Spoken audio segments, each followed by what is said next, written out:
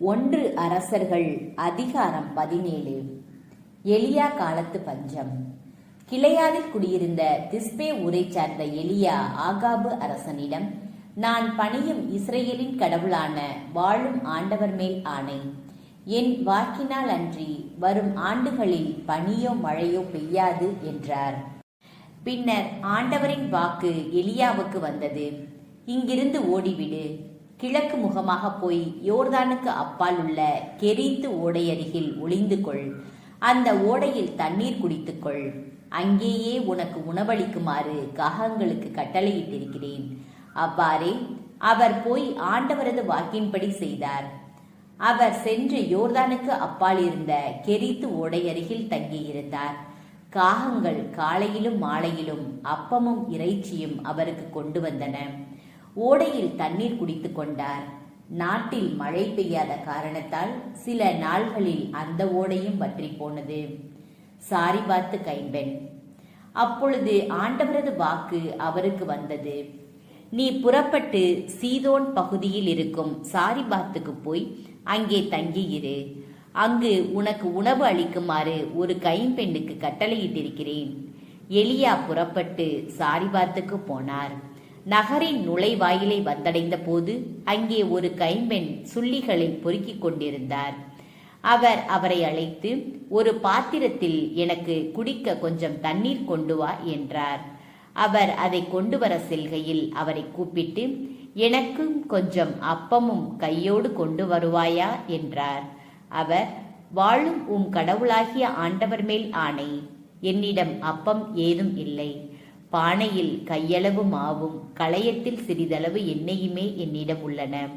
இதோ இப்போது 2 சுள்ளிகளை பொறுக்கிக் கொண்டு வீட்டிற்கு போய் அப்பம் சுட்டு நானும் என் மகனும் சாப்பிடுவோம், அதன்பின் சாகத்தான் வேண்டும் என்றார்.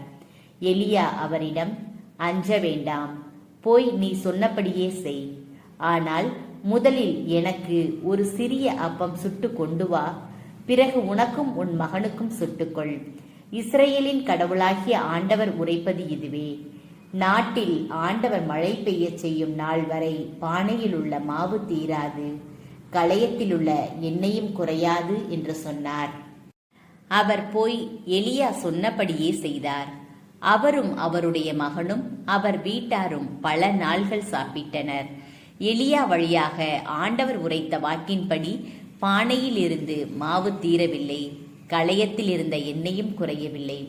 இதற்கு பின் ஒரு நாள் வீட்டு தலைவியான அந்த பெண்ணின் மகன் நோயுற்றான். அவனது நோய் மிகவும் முற்றவே அவன் மூச்சு நின்று போயிற்று. அவர் எலியாவிடம், கடவுளின் அடியவரே, எனக்கு ஏன் இப்படி செய்தீர்? என் பாவத்தை நினைவூட்டவும் என் மகனை சாகடிக்கவுமா நீர் வந்தீர் என்றார். எலியா அவரிடம், உன் மகனை என்னிடம் கொடு என்று சொல்லி அவனை அவர் மடியிலிருந்து எடுத்து தாம் தங்கியிருந்த மாடியறைக்கு தூக்கிச் சென்று தம் படுக்கையில் கிடத்தினார். அவர் ஆண்டவரை நோக்கி, என் கடவுளாகிய ஆண்டவரே, எனக்கு தங்க இடம் கொடுத்த கைம்பெண்ணின் மகனை சாகடித்து அவளை துன்புறுத்தலாமா என்று கதறினார். அவர் அந்த சிறுவன் மீது 3 முறை குப்புறப்படுத்து ஆண்டவரை நோக்கி, என் கடவுளாகிய ஆண்டவரே, இந்த சிறுவன் மீண்டும் உயிர் பெறச் செய்யும் என்று மன்றாடினார். ஆண்டவரும் எலியாவின் குரலுக்கு செவி கொடுத்தார். சிறுவனுக்கு மீண்டும் உயிர் திரும்பி வரவே அவன் பிழைத்து கொண்டான். எலியா சிறுவனை தூக்கி கொண்டு மாடி அறையிலிருந்து இறங்கி வீட்டிற்குள் வந்தார். இதோ உன் மகன் உயிருடன் இருக்கிறான் என்று கூறி அவனை அவன் தாயிடம் ஒப்படைத்தார்.